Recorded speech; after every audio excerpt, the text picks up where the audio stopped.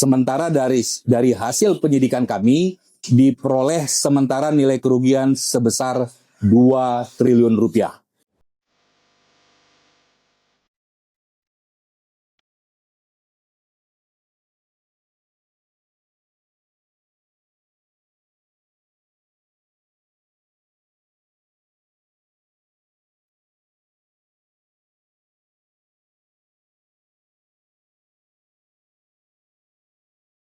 Terima kasih Pak Kapus Penkum, rekan-rekan media yang kami hormati.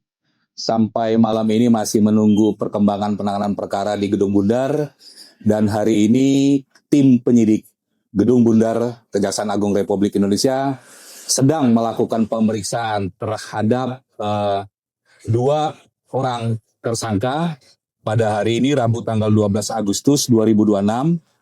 Tim penyidik berdasarkan surat perintah penyidikan Direktur Penyidikan Jaksa Agung Muda Tindak Pidana Khusus nomor 13-FD.2-FD.2-03-2026 tanggal 9 Maret 2026 perihal dugaan tindak pidana korupsi transfer pricing oleh PT TPL Tbk kepada entitas perusahaan tahun 2008 sampai dengan tahun 2025. Bahwa penyidik telah melakukan pemeriksaan sebanyak 111 saksi dan juga telah melakukan penyitaan-penyitaan terkait dengan dokumen-dokumen serta barang bukti elektronik yang didapatkan fakta-fakta terkait dengan perbuatan-perbuatan yang melanggar hukum dan mengakibatkan kerugian keuangan negara. Bahwa tim juga telah melakukan permintaan perhitungan kerugian keuangan negara kepada auditor dan hasilnya dalam waktu dekat akan diserahkan kepada tim penyidik. Adapun fakta-fakta yang diperoleh, perbuatan-perbuatan yang dilakukan oleh para tersangka, bahwa PT TPL yang bergerak di bidang industri pengolahan bubur, kertas atau pulp dan perhutanan sejak tahun 2008 melakukan penjualan ekspor pulp kepada pihak afiliasinya yang dilakukan dengan cara under invoicing dengan melaporkan pada tahap ekspor dari Indonesia sebagai produk paper grade pulp atau black cat hardcourt club pulp atau BHKP.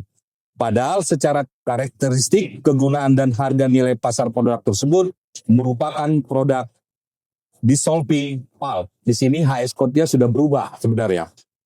Bahwa agar nilai produk PT TPL berkurang dari nilai sebenarnya, PT TPL secara melawan hukum sejak periode 2018 sampai 2025 melaporkan penjualan produk pulp dengan produk yang sebenarnya ke PT Asia Pasifik Rayon atau perusahaan afiliasinya, yaitu produk dissolving pulp dengan nama High Alpha Pulp, sehingga berdampak pada penurunan nilai pajak badan atau perusahaan dari yang seharusnya diterima oleh negara.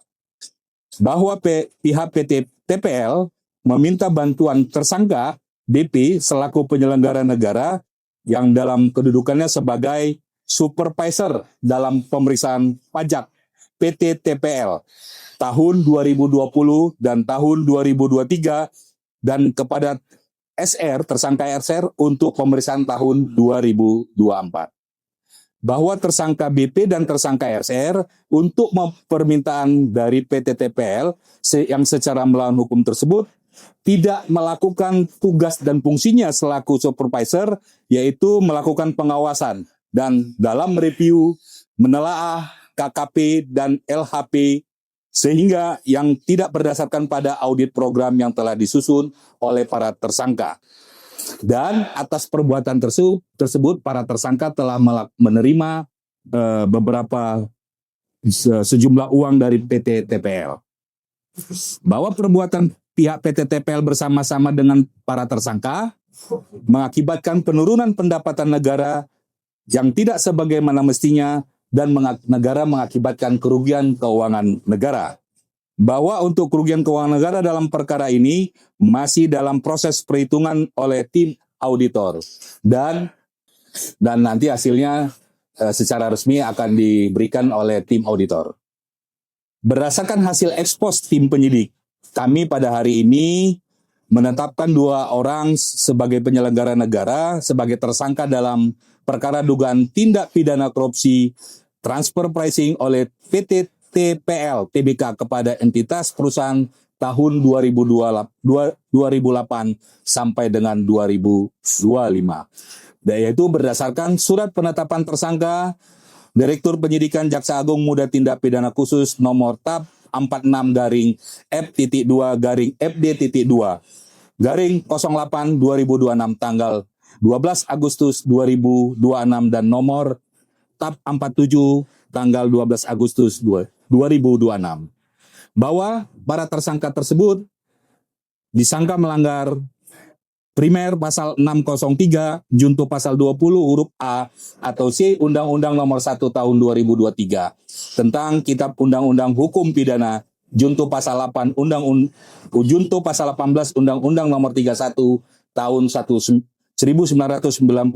tentang Pemberantasan Tindak Pidana Korupsi junto Undang-Undang Nomor 20 Tahun 2001 tentang perubahan Undang-Undang Nomor 31 Tahun 1999 dan subsidiar pasal 604 Undang-Undang Nomor 1 Tahun 2023.